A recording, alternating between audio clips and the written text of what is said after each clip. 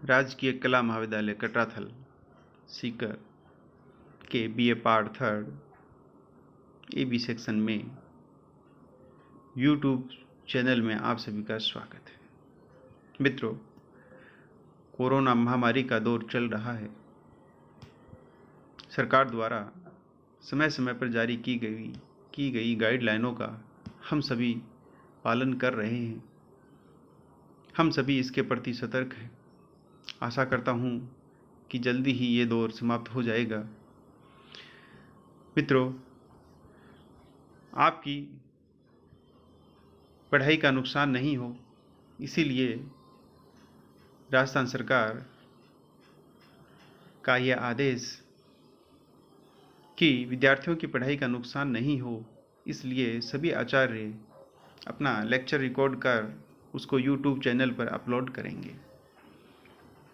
प्रत्येक कॉलेज में व्यवस्था की गई है, ग्रुप का मेंटर बनाया गया है।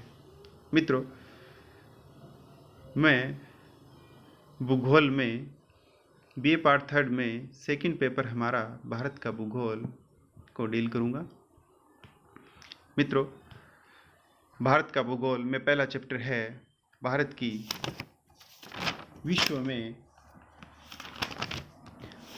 क्या स्थिति है, क्या उसका आकार है, क्या उसका क्षेत्रफल है, क्या उसकी लोकेशन है।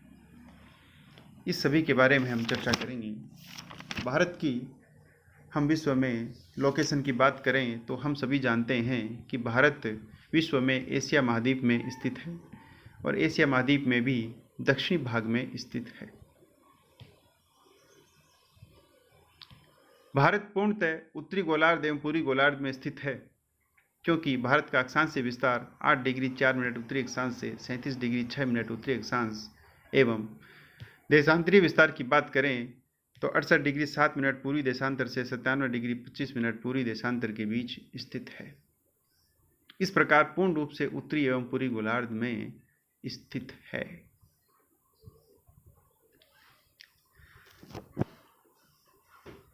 हम भारत के पड़ोसी देशों की यदि बात करें तो हमारे पड़ोसी देश पाकिस्तान, अफगानिस्तान, चीन, भूटान, नेपाल, म्यांमार, बांग्लादेश, श्रीलंका एवं नीचे छोटा सा देश मालदीव भी है। इन देशों के साथ हमारी अंतर्राष्ट्रीय सीमा लगती है। कई देशों के साथ लगी हुई अंतर्राष्ट्रीय सीमाओं को पर्टिकुलर नाम से भी जाना जाता है। जैसे पाकिस्तान के साथ जो सीमा लगती है उसको रेड क्लिफ बोलते हैं, चाइना के साथ जो लगती है उसको मैकमोहन बोलते हैं, अफगानिस्तान के साथ जो लगती है उसको डूरंट रेखा के नाम से हम जानते हैं।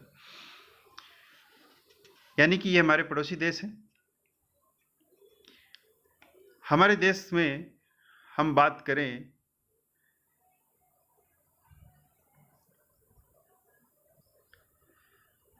मित्रों, विश्व में हम हमारे देश के क्षेत्रफल की यदि बात करते हैं तो क्षेत्रफल की दृष्टि से विश्व में हमारा 7वां स्थान है। जैसा कि आप स्लाइड में देख रहे हैं कि हमसे ज़्यादा क्षेत्रफल वाले देश रूस, चीन, कनाडा, संयुक्त राज्य अमेरिका, ब्राज़ील और ऑस्ट्रेलिया हैं। मित्रों, हम यदि स्थलीय सीमा की बात करें तो भारत की स्थलीय सीमा लगभग 15,200 किलोमीटर एवं जलीय सीमा जिसमें कि द्वीप भी शामिल हैं 7,516 किलोमीटर लंबी है। हमने अक्षांश और देशांतरीय विस्तार की बात की। हम सभी जानते हैं कि उत्तर से दक्षिण जो लंबाई है वह लंबाई हमारी 32-14 किलोमीटर है। पूर्व पश्चिम जो लंबाई है 29-33 किलोमीटर है। अक्षांशीय देशांतरीय विस्तार लगभग 30 डिग्री है, लेकिन जो इनकी लंबाई है उनमें अंतर काफ़ी है। मित्रों, इसका कारण यह है कि भूमध्य रेखा से हम उत्तरी एवं दक्षिणी ध्रुव की तरफ चलते हैं तो अक्षांशों के बीच की दूरी लगभग बराबर रहती है, लेकिन दो देशांतरों के बीच की अधिकतम दूरी भूमध्य रेखा पर होती है, न्यूनतम दूरी ध्रुव पे होती है। यानी कि भूमध्य रेखा से ध्रुवों की तरफ जाने पर दो देशांतरों के बीच की दूरी कम होती जाती है। इस कारण देशांतरीय जो लंबाई है वह कम पाई जाती है, क्योंकि भारत का जो देशांतरीय विस्तार है 68 डिग्री 7 मिनट से 97 डिग्री 25 मिनट है। तो इस कारण इन लंबाइयों में अंतर आ जाता है। मित्रों, भारत की हम बात करें तो भारत में 28 राज्य हैं और 8 केंद्र शासित प्रदेश हैं। हम सभी जानते हैं कि जम्मू और कश्मीर को केंद्र शासित प्रदेश बनाया गया और उसके भी 2 केंद्र शासित प्रदेश बनाए गए, एक लद्दाख, दूसरा जम्मू और कश्मीर। इसलिए 28 राज्य बचे, पहले 29 थे। पहले केंद्र शासित प्रदेश 7 थे, अब 2 बनाए तो 9 होने चाहिए, लेकिन हम सभी जानते हैं कि दादरा नगर हवेली और दमन और दीव को मिलाकर एक ही केंद्र शासित प्रदेश बना दिया गया है। इस कारण अब 8 केंद्र शासित प्रदेश हैं। मित्रों, हम भारत की विश्व में स्थिति की बात करें तो भारत की विश्व में स्थिति बहुत ही सुदृढ़ है, क्योंकि भारत के पास स्थलीय और जलीय दोनों सीमाएं हैं।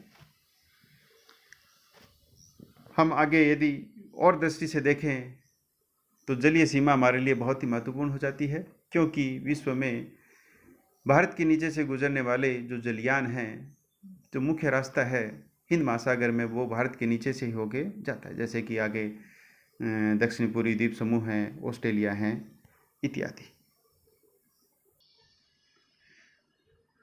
मित्रों, भारत की अंतर्राष्ट्रीय सीमा की लंबाई की हम बात करें तो हम देखते हैं कि लगभग अलग अलग बुक में अलग अलग लंबाइयाँ हमें देखने को मिलती हैं, लेकिन ऑथेंटिक लंबाई हम भारत का जो गृह मंत्रालय है, जो उसके साइट पे हमें दी गई है, जैसा कि आप स्लाइड में देख रहे हो, उसको हम ऑथेंटिक मानेंगे। मित्रों, फ़ोन के अंदर ज़्यादा तो रिकॉर्ड नहीं हो सकता, क्योंकि अपलोड करने में समस्या आती है। तो इस प्रकार हमने भारत की विश्व में स्थिति की चर्चा की। नेक्स्ट लेक्चर के अंदर हम भारत को एक उपमहाद्वीप की संज्ञा क्यों दी जाती है, इसके बारे में हम चर्चा करेंगे।